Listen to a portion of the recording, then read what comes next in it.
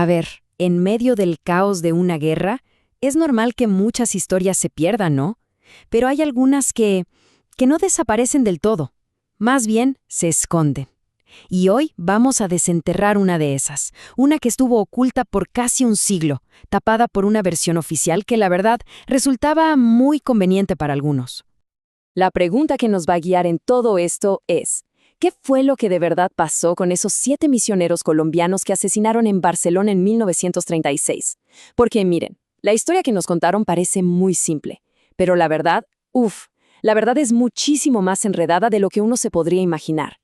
Bien, para poder entender todo este embrollo, lo primero es volver al momento exacto del crimen. Así que, empecemos por ahí, con nuestra primera sección, una masacre olvidada.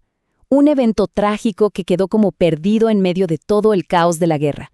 Empecemos con los hechos, los datos duros que nadie puede negar. Estamos el 9 de agosto de 1936. 7 misioneros colombianos de la Orden de San Juan de Dios son ejecutados. ¿Dónde? En Barcelona, justo en los primeros días de la Guerra Civil Española, un momento de caos total. Pero ojo, no estaban solos. Su mecánico, un hombre llamado Carlos Ruiz Alvarado, también es asesinado con ellos. Y aquí es donde la cosa se pone todavía más terrible. Cuando encuentran los cuerpos, están mutilados, desfigurados, una brutalidad. Bueno, ante una cosa tan espantosa, era de esperarse que rápido se armara una historia para explicarlo, ¿no? Y eso nos lleva a la segunda parte, la versión oficial. Una explicación que, como ya vamos a ver, era demasiado simple para un crimen con tantos detalles raros. La explicación oficial fue, digamos, muy directa. Eran religiosos, y en esa época había una furia anticlerical tremenda. Así que la conclusión fue que los mataron milicianos anarquistas. Fin de la historia, caso cerrado. Y a ver, tiene cierta lógica en el contexto de la guerra, ¿cierto? El gran problema es que esta versión tan pulcra deja por fuera un montón de detalles que, sencillamente, no cuadran. Y es justo aquí donde nos ponemos el sombrero de detectives históricos. Vamos con la tercera parte, desentrañando el engaño. Porque esa historia oficial, empieza a tener grietas por todos lados. Fíjense qué curioso. La primera pista no aparece en Barcelona, no. La encontramos a cientos de kilómetros de distancia, en Madrid. Y aquí es donde entra en juego un personaje que va a ser clave, el embajador de Colombia. Un tipo que, por alguna extraña razón, tenía un apuro tremendo por sacar a los misioneros de la embajada. A ver, resulta que el 7 de agosto, el embajador, un tal Uribe Echeverry, da la orden de mandarlos a Barcelona. La razón oficial, su seguridad. Pero el motivo real parece que era otro, mucho menos noble. Él estaba esperando a un grupo de españoles con mucho dinero que iban a pagarle por asilo en la embajada. O sea, los misioneros estaban ocupando un espacio valioso. En pocas palabras, estorbaban. Así que su evacuación no tuvo nada que ver con protegerlos. Fue una decisión de negocios que al final los mandó directo a la boca del lobo. O sea, la cosa empezó mal en Madrid, pero en Barcelona fue donde se terminó de hundir todo. Y aquí aparece la siguiente pieza de este rompecabezas. El cónsul colombiano en Barcelona, un hombre llamado Ignacio Ortiz Lozano. Sus acciones, o mejor dicho, su falta de acción, fue lo que terminó de sellar el destino de estos hombres. Es que el comportamiento de este cónsul ya te muestra a un patrón de abandono total y, al parecer, de corrupción. Para empezar, nunca aparece en la estación de tren para recibirlos. Los deja ahí, solos, vulnerables, en una ciudad que ardía. Después, la actitud es que es escalofriante. Le llega a decir a su esposa que eran unos pobres diablos que nadie va a extrañar. Imagínense. Y para rematar, la pieza final. Más tarde se descubre que este señor Ortiz Lozano estaba metido hasta el cuello en un negocio de venta ilegal de pasaportes. O sea, los misioneros no eran su prioridad, eran un estorbo, una distracción de sus propios negocios turbios. Pero esperen, que hay otro detalle que choca de frente con la idea de que fue una ejecución al azar hecha por una milicia sin más. Y es el lugar donde aparecieron los cuerpos.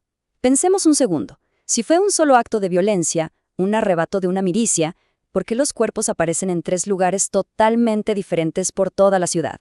6 de los misioneros en el barrio Cantunis, otro, el hermano Juan Bautista, en el sanatorio de Sant Andreu, y el mecánico Carlos Ruiz por allá en el barrio Poblenou.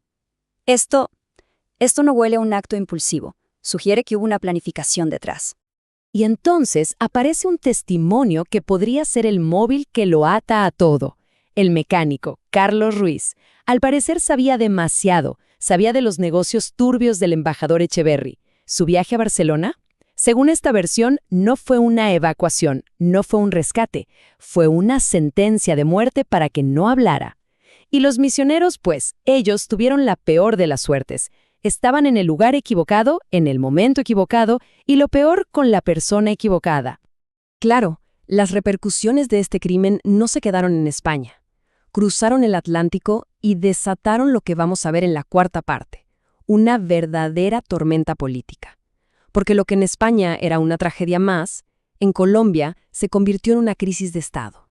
Y este contraste es fundamental para entenderlo todo. En España, en plena guerra civil con miles y miles de muertos, el asesinato de 7 extranjeros era, tristemente, una nota al pie. Pero en Colombia, en Colombia fue un escándalo gigantesco. Se convirtió en un arma política. La oposición, los conservadores, usaron esta masacre para darle con todo al gobierno liberal. Los acusaron de ser cómplices de la violencia contra la Iglesia, de abandonar a sus propios ciudadanos. Una bomba política. Eventualmente, para 1938, el gobierno español aceptó pagar una indemnización. Pero, seamos sinceros, el dinero no iba a callar el escándalo.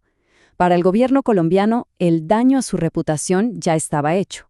Este incidente dejó una cicatriz profunda y permanente en la política de Colombia. Y entonces, ¿en qué queda todo esto hoy en día?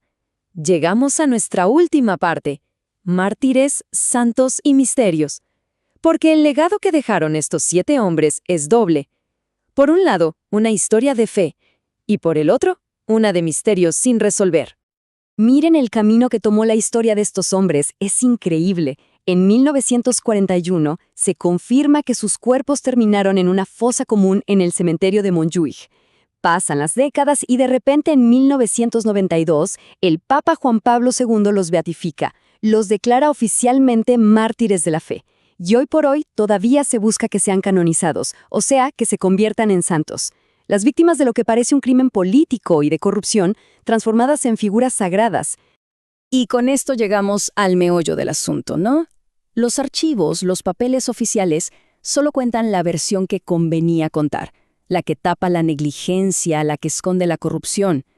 Como bien dice esta cita, las respuestas de verdad, las importantes, no las vamos a encontrar en los archivos diplomáticos. Así que la pregunta queda flotando en el aire. ¿Fueron estos misioneros mártires de verdad asesinados solo por su fe? ¿O más bien fueron las víctimas colaterales de una red de corrupción asquerosa donde su asesinato fue la excusa perfecta para silenciar a un testigo clave? Y peor aún, cuya muerte después fue, muy convenientemente, transformada en una causa santa. Al final, esta historia es un recordatorio brutal de que la versión oficial casi nunca es la historia completa, y nos deja con una pregunta que da un poco de escalofríos. ¿Cuántas otras historias que nos han contado y que damos por ciertas esconden en el fondo una verdad mucho más complicada y quizás mucho más siniestra, esperando a que alguien algún día la saque a la luz?